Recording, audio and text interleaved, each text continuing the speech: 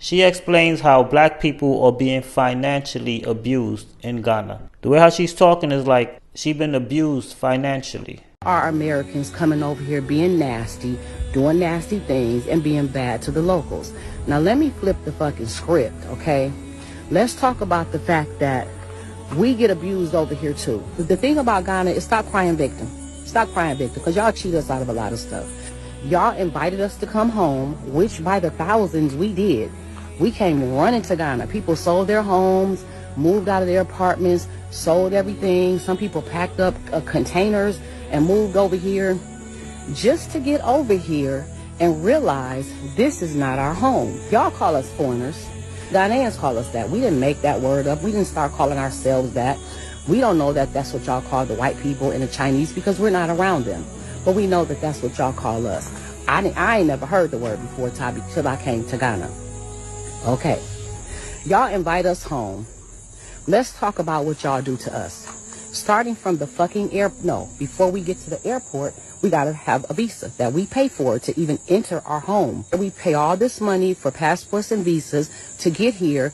We get to the airport, and as soon as you see a fucking blue passport, everybody's coming for us. Can you give me something small at the COVID place? You get to immigration. Can you give me something small? You get to baggage. Can you give me something small? A person grabbed a damn cart and put my bag on it and got mad because I gave him $5 because I only had hundreds, because you come over here with hundreds to get the best, cash in rate.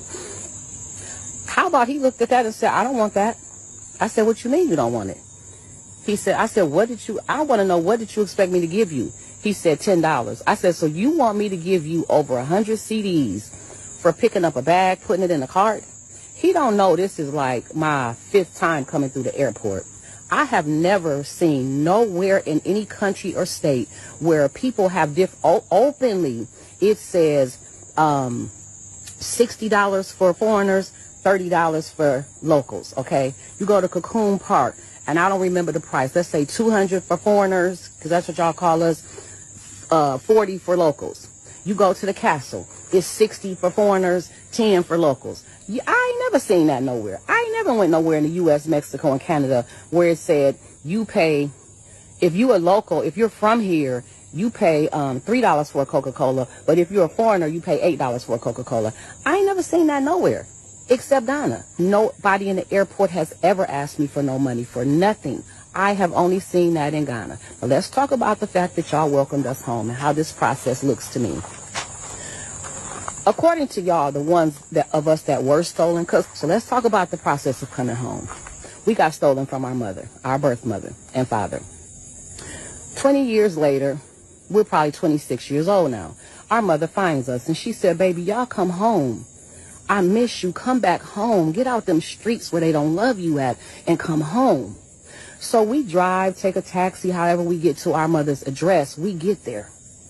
But before she let us come to the door, she says, oh, welcome home. But before you come in, can you pay me $300 to enter the door? That's the visa to come home. So, okay, we happy to be home. So we paid $300 to our mother to step foot in her house because we're excited to be home to the motherland, okay? We get in there, and now it's dinner time. And she has plates on the table for the kids that grew up in the house, and she has a plate on the table for me and my sister who was stolen years ago. And she says, oh, my daughters, because you didn't grow up here, my children get to eat free that grew up here, but because you were stolen and you're just coming back, I have to charge you $20 for a plate. So me and my sister, we're so happy to be home. We're confused. We pay her $20 for a plate. Okay? That's the cocoon shit. That's y'all giving us different prices for shit. Okay? Now we're at our mother's house and we're enjoying being there. We see something's a little weird, but we enjoy being back home with our mother. We decide we want to stay. And she goes, oh, you want to stay a little longer? You're going to have to pay me $1,000 every year to stay here. That's the residency. Now we're paying her for residency, even though she invited us home after we were stolen from her.